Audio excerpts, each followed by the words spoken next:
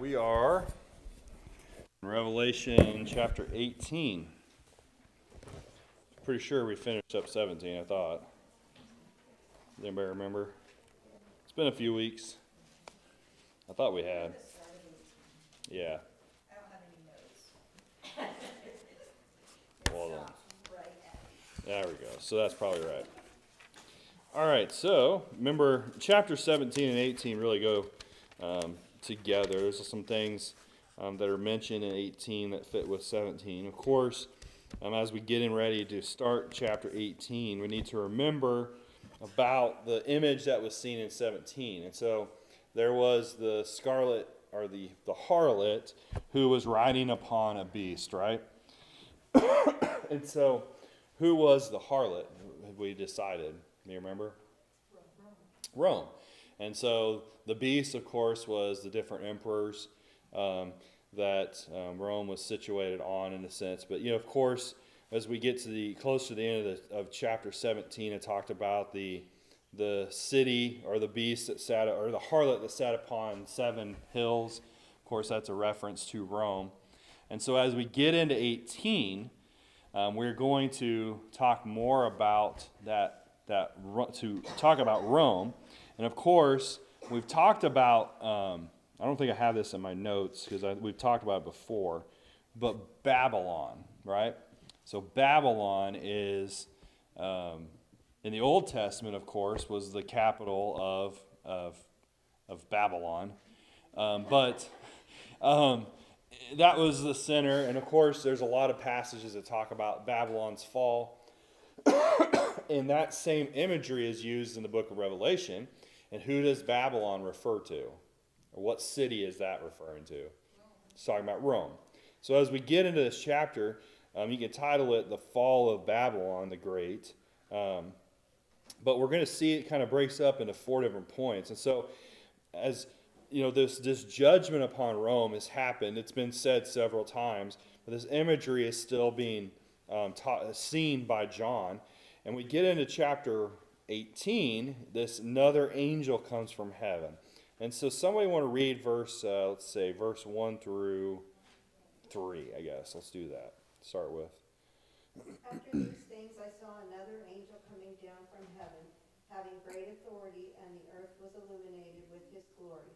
And he cried mightily with a loud voice, saying, Babylon the great is fallen, and has become a dwelling place of demons, a prison for every foul spirit, and a cage for every unclean and hated bird. For all the nations have drunk of the wine of the wrath of her fornication. The kings of the earth have committed fornication with her, and the merchants of the earth have become rich through the abundance of her luxury. All right, so I saw in verse 1, there was another angel. This is not the same angel. This is going to be a different angel that has come down from heaven. Now, who this angel really is, we're not told. But some would say this is an archangel because, why? Because of the authority that he has. So notice we're given some characteristics. The angel, it says, having great authority. Why would it have great authority? Why would it be one that presented as one with great authority? Because heaven's where all authority comes from. Exactly, and where did he come from? Heaven. And so he's come from the presence of God, and he has a message. And this message is, he has the authority to announce the message. And notice, not only does he have authority, but it says the earth was illuminated with his glory.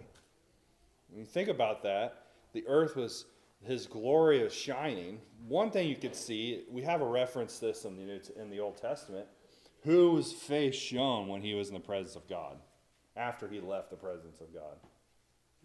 Moses, right?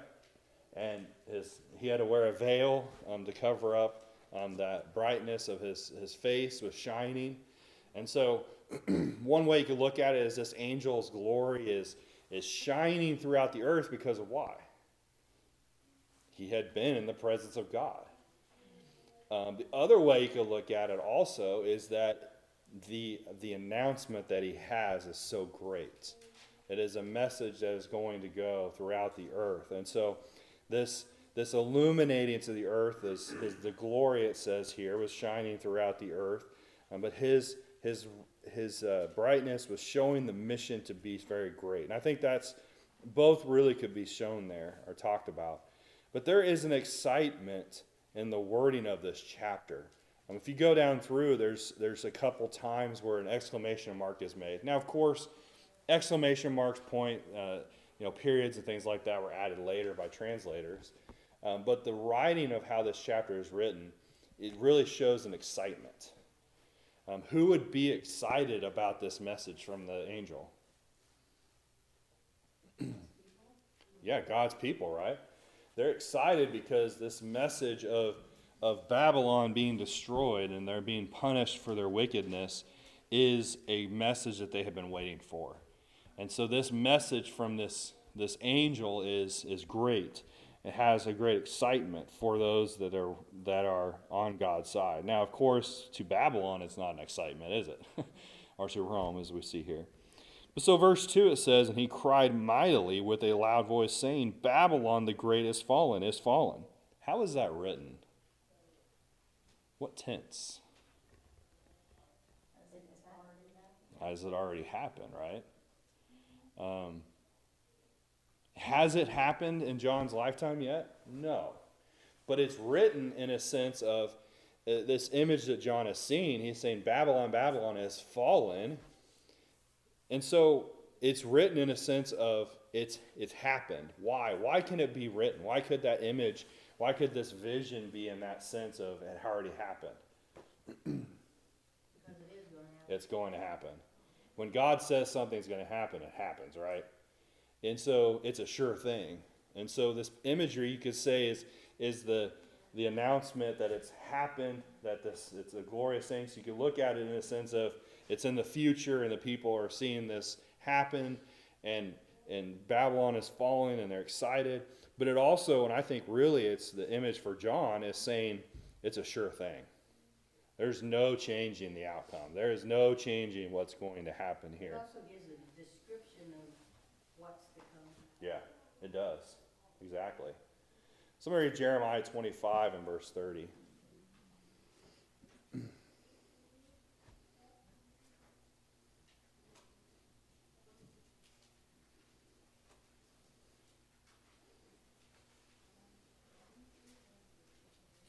You therefore shall prophesy against them all these words and say to them, the Lord will roar from on high, and from his holy habitation utter his voice. He will roar mightily against his fold and shout like those who tread grapes, against all the inhabitants of the earth. All right, so this is just one example, but Jeremiah talks about the roaring, the mightiness of what God is going to do. That image is still seen in this. The angel mightily, with a loud voice, says this. And so this is God's judgment coming upon a nation, which is, of course, Rome. And so John is seeing this image of the sure thing that's going to happen. Now, it's not going to happen in John's life, but John assures them that it will happen.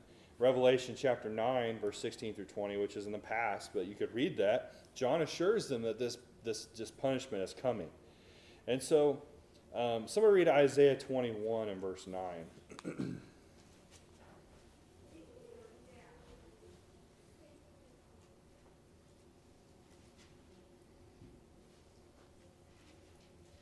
behold, here come riders, horsemen in pairs. And he answered, fallen, fallen is Babylon, and all the carved images of her gods he has shattered to the ground.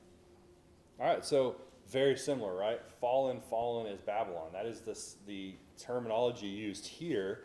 Now, of course, in Isaiah, it was a direct focus upon actual Babylon. Babylon, Babylon is fallen. But John uses this imagery, or Christ uses this imagery, the same wording to describe what is going to happen to Rome. And so you think about a Christian reading this at this time. They know the history. They know the prophets, right? And so as they're reading this, they hear, fallen, fallen is Babylon. What do they think of? They think of what God did to Babylon back then. And so that is a meaning for them of what God's going to do to this nation at this time. And so, Jeremiah talked about the fall of their pride, Jeremiah 50, verse 31 through 32. Babylon fell because of their pride. But what does verse 7 say? We haven't read this yet, but chapter 18 and verse 7. It says, in the measure that she glorified herself and lived luxuriously, in the same measure give her torment and sorrow, for she says in her heart, I sit as queen and am no widow, and will not see sorrow. What does that sound like? So this is the image of the harlot saying this, and she is saying, I am queen. I sit as queen. What does that mean? Well, I think it's because she's the harlot, she's a woman, and she says queen, but she sits in a high position of authority, right? The queen sits at the Queen of England. No, actually, they don't have a queen anymore, do they? Okay, so she has. I guess there's a king of England now, but the Queen of England was sitting at a very high position of authority, right? And so here the harlot is sitting at a very high position of authority. In verse 7, in her mind, she says, I sit as queen. I am no widow. That means she's not going to lose anything. I will not see sorrow. What does that sound like? She doesn't think she can be defeated. She's very confident that nothing is going to happen to her, not even to the point of being hurt. But she also knows that she got this position at the expense of others. Yeah, that's right. So, that confidence is very confident, but she's going to see her fall, right? Proverbs writer says, haughtiness comes before a fall, pride goes before destruction, haughtiness before a fall. I think that's how it's quoted. I can quote it right. We understand what that means, right? That's exactly what's going on here. Babylon of the Old Testament fell because she was prideful, or he was prideful, whatever you want to say. The same is happening to Rome. Their haughtiness is a position where they think they can never fall. Is that where a place in our nation feels like we are at? Sometimes people say that, right? We're so powerful, nothing can happen to us. Rome thought that at one point. So did Babylon. Notice the rest of that verse. It says, Babylon has fallen, become a dwelling place of demons, a prison for every foul spirit, a cage for every unclean and hated bird. This is talking about Rome. What would have Rome looked like at this time, at its height? Very luxurious, it's very corrupt. Yeah, people are corrupt, exactly. That's a part of this. But you think about Rome, it was a place where the royalty was. There was a lot of wealth. There was a lot of great things. Would that to you in a picture seem like a place where demons would be, or where the foul bird, the stench, and all that would be? Well, that's the picture that's given here, is Rome's going to turn into this place like a prison for the worst of the worst. It's going to become desolate. It's not going to be that rich, luxurious city anymore. It's going to be that place where the worst of the worst will feel at home. Which you could say it was like that before then, right? Huh? Yeah. So it's like St. Joe. It's like St. Joe. Yeah. St. Joe used to be really nice, and then now. Now it's not. But you're right, Lauren. It's that idea of the worst of the worst is a part of it. Yeah. And I think that imagery continues to parallel as we go through this chapter. And so it's showing how it's going to fall, and it's going to be this terrible place, not what it is today. And so verse 3, it says, "For all the nations have drunk of the wine of the wrath of her fornication. The kings of the earth have committed fornication with her, and the merchants of the earth have become rich through the abundance of her luxury." Now, this is not something we haven't seen already, right? Chapter 17 talked about this, right? She was drunk with the wine of what? In chapter 17, the blood of the saints. But now, in this imagery, the nations around are drunk with the wine of her fornication, wrath of her fornication.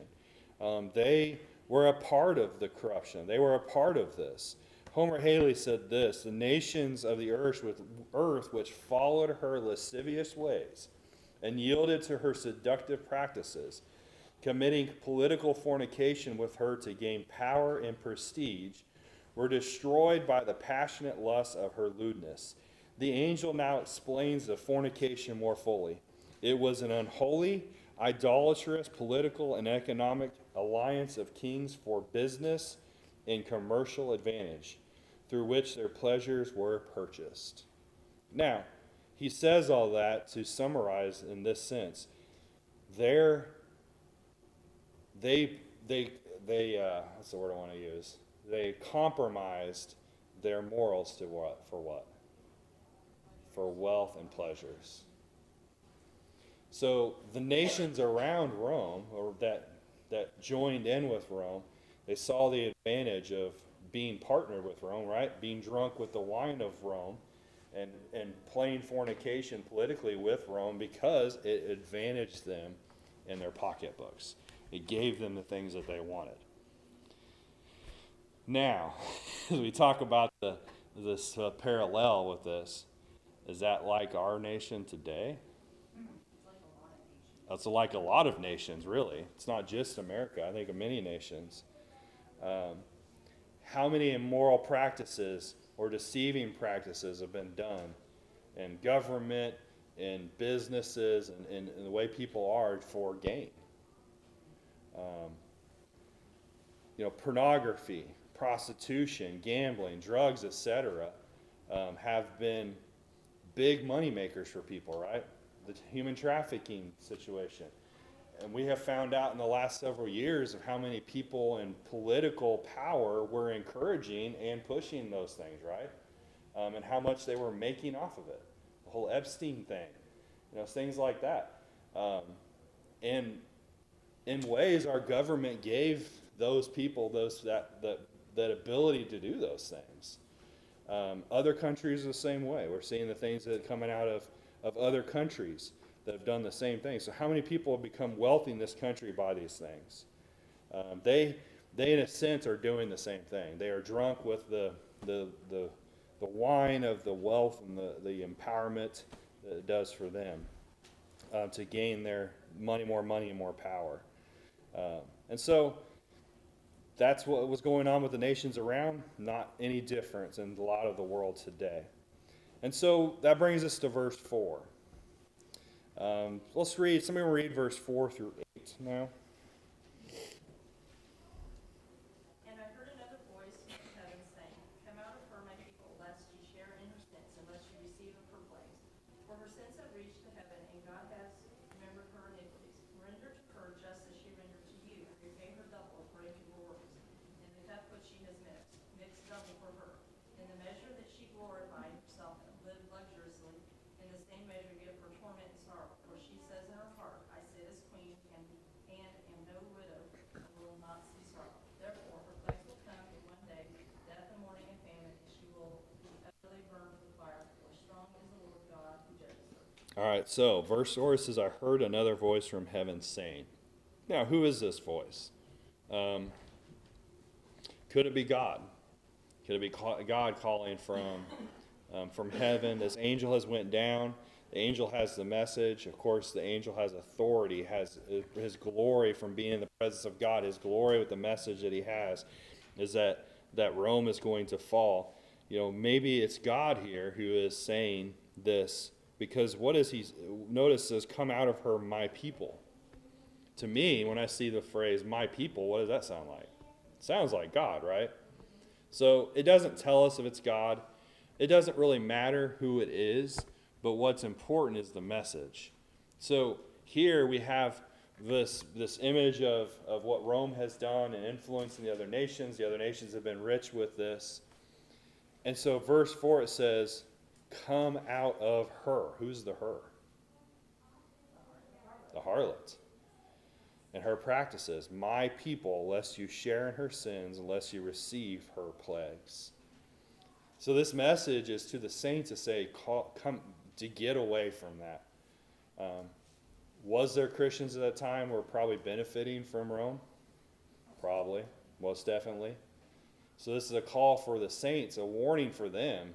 You better remove yourself from that situation. You're ready to remove yourself from that association because of what's coming. Because if you don't, what could happen? Now, have we heard this phrase in Scripture before? Yes. Let's look at a few examples. Genesis chapter 12 and verse 1. Now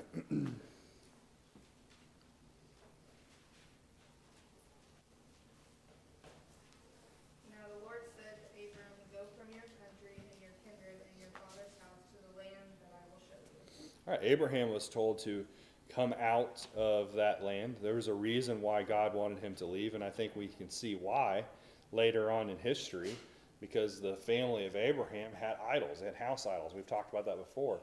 They weren't following God, and so God calls Abraham out of that to something better. Of course, Exodus 3 and verse 10, the Israelites, Israel again in Isaiah. Somebody read Jeremiah 51. 51 and verse 6.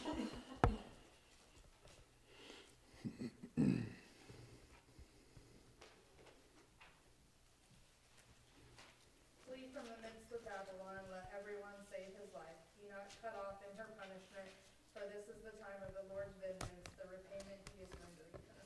All right, so Jeremiah had the same message to Israel. You need to come out from her, which is Babylon, from that, the wickedness, and to separate yourselves from them because what could happen.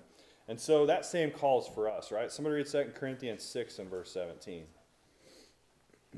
Therefore, come out from among them and be separate, says the Lord. Do not touch what is unclean, and I will receive you. All right. And 1 Peter 2 and verse 9.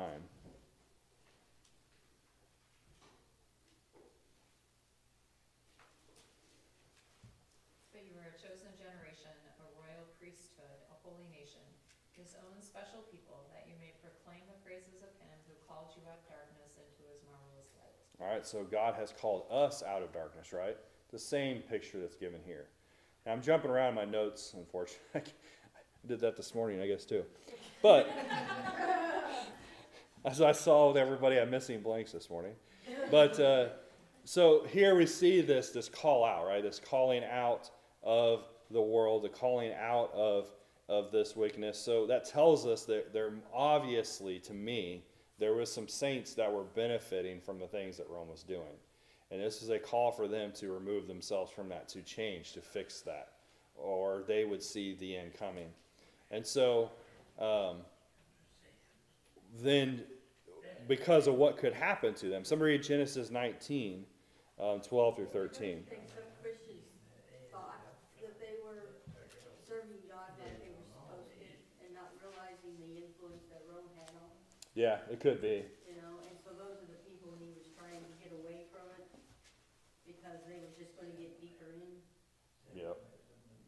I think that could be the case because they may not have known what the influence that was being done to them. Is that any different today? You know, we could be influenced by things and not realize what it's doing to us or what they're doing. Yeah, it's the same thing. Somebody read Genesis 19, 12 through 13. Then the men said to Lot, have you anyone else here? Son-in-law, your sons, your daughters, and whomever you have in the city, take them out of this place, for we will destroy this place because the outcry against them has grown great before the face of the Lord, and the Lord has sent us to destroy it. All right, so you think about this of Sodom and Gomorrah. If Lot did not come out of Sodom and Gomorrah, what was going to happen to him? He was going to die. He was going to die. Somebody read Numbers 16 and verse 21.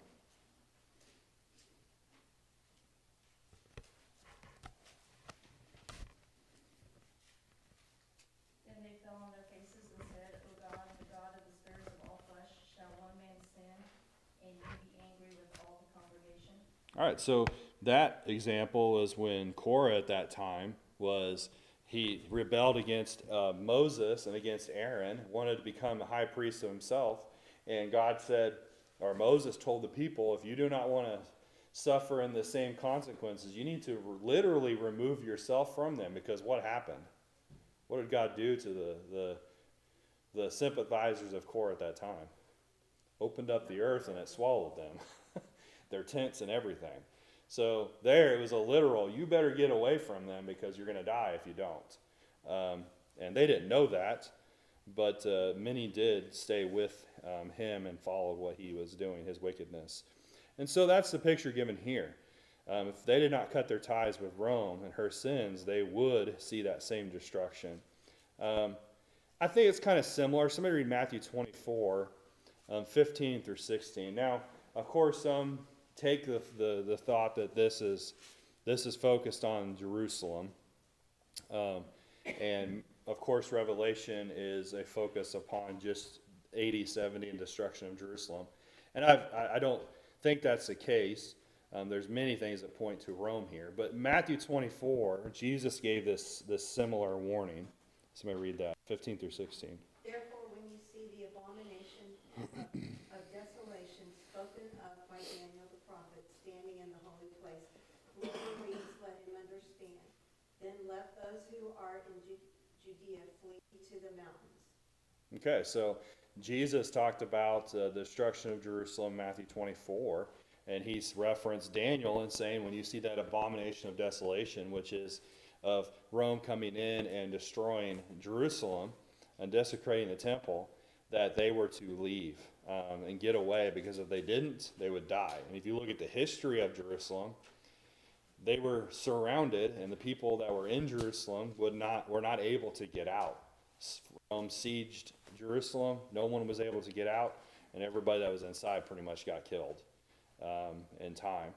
And so that same picture is given here of those that do not cut their ties will then also end up with the same consequences. And so the rest of that verse says, actually verse 5, says, for her sins have reached to heaven. What does that mean? Her sins have reached to heaven. Yeah, they're piled super high. Yeah. Heaped high. But it's that picture that it's gotten so great that God says, now it's time to deal with it. That's what it's saying here. And so it focuses upon how wicked they are, but it's so bad that God says it's time for their end. Somebody read Jeremiah 51 and verse 9. I don't think we read that one yet. Nope. Jeremiah 51 and verse 9.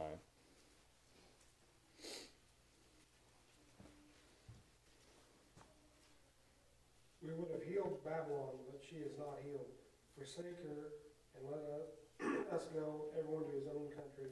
For judgment reaches to heaven and is lifted up to the skies. All right, so the picture given there is their judgment, their wickedness has reached so much that it has reached heaven. That means it's reached God's notice. Now, did God know what they were doing? Yes. But that means that it's time for their end. Ezra 9 and verse 6, again, one more verse. Ezra 9 and verse 6. And I said, oh my God, I am too ashamed and humiliated to lift up my face to you, my God, for our iniquities have risen higher than our heads, and our guilt has grown up to the heavens. All right, so there it's a picture of recognizing that their sins have great, and they're wanting to fix that. That is a prayer there in Ezra 9. And so the prayer is, God, please forgive us. Our sins have been so great that they have reached up to heaven. And he is referring to their captivity, 70 years in captivity. Ezra is, of course, at the end of that captivity. And so he's recognizing what brought them to that captivity.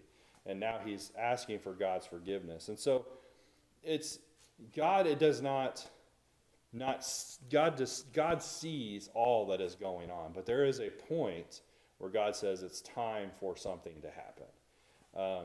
Now, will someone's consequences finally find them in the end? If something, God may tolerate it for a while, but ultimately everyone will stand before God someday, right? So you think about Rome here. God had tolerated their sin for a time, but it had reached to the point where God says now it's time for their destruction to happen. God's not going to tolerate sin forever. Of course, judgment day comes and God will deal with it then. But even for a nation, sometimes that nation will end because their sin has become so great it reaches to heaven. And so the question is, how long before the sins of America reaches heaven in that sense? I don't know. So verse 6, it says, render to her just as she rendered to you, and repay her double according to her works, and the cup which she has mix double for her.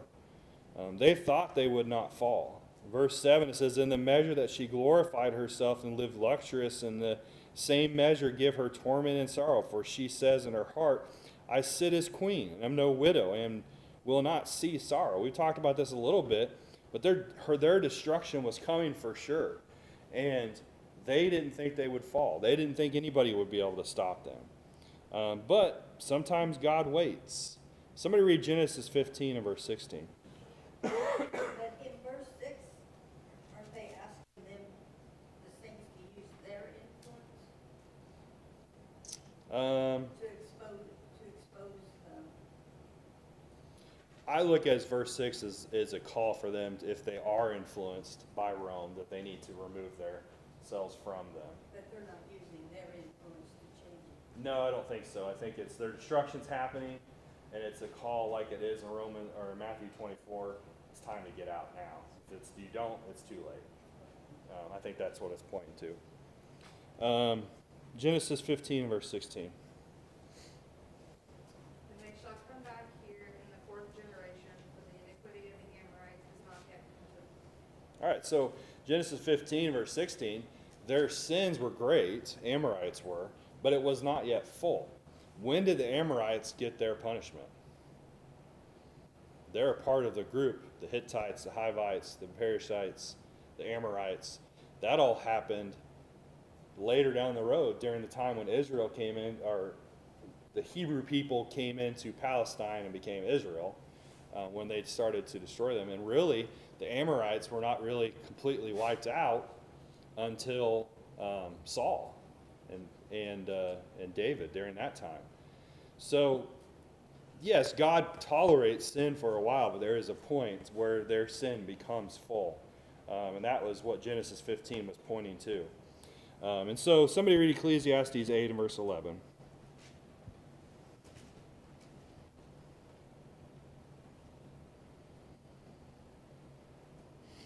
Because the sentence again against an evil work is not executed speedily, therefore the heart of the sons of men is fully set in them to do evil. You know, the song Solomon, who wrote Ecclesiastes, his question there, his thought there that he gives is an accurate one. We think about it. Because a person does not get punished for the sin or the things that they're doing at that point, sometimes we think, will it ever happen? And so the wicked continue to get more wicked, right? And so because they don't see a consequence for the action. Rome was that way.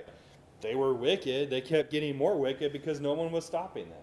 And so there was a point where that was going to end, and that, of course, is this time that God is talking about. And so, people today do the same thing. Our nation, other nations do the same thing. No one's stopping them, so just keep doing it. But there will become a day. Everyone will stand before God someday. And so she boasted about nothing could harm her.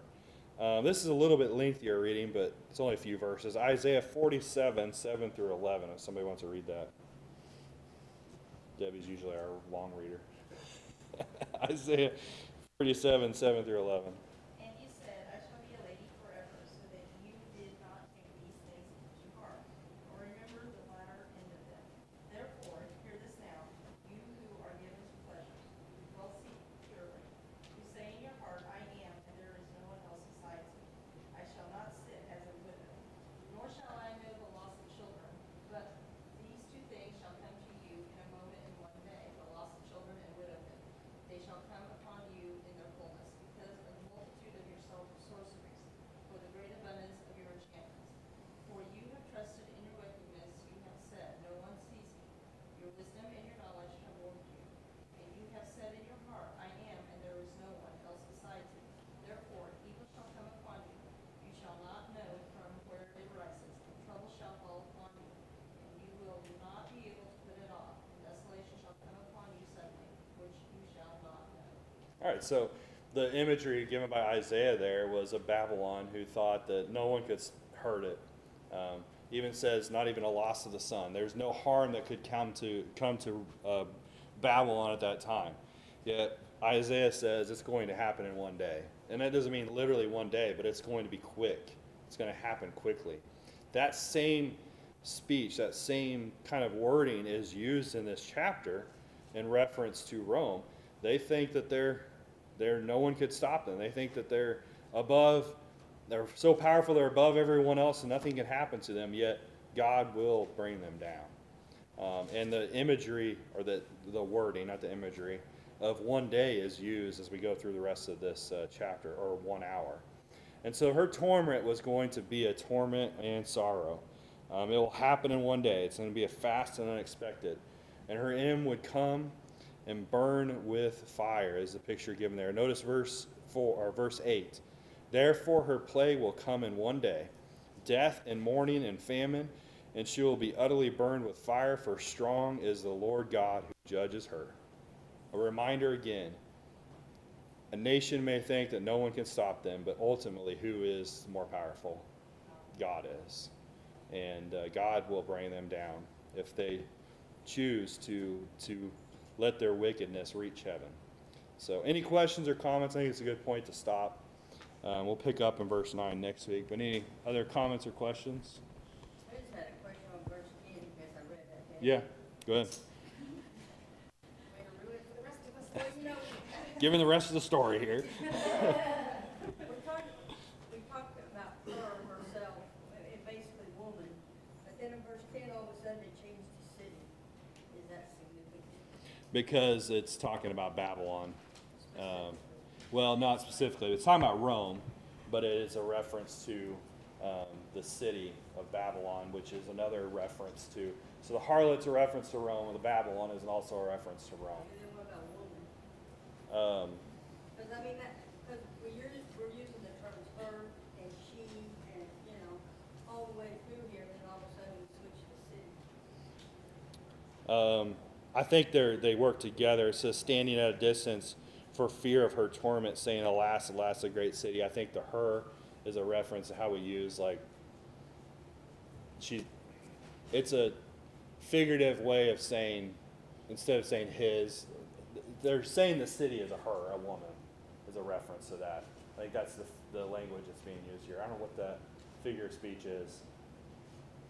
I'm not good with English, so I don't know. Yeah. Well, we'll get into that more as we get into it later. I think it's still a reference to the same thing. It's just another way of saying it. All right, anything else? All right, thank you guys. Oh, we have teachers meeting. Probably need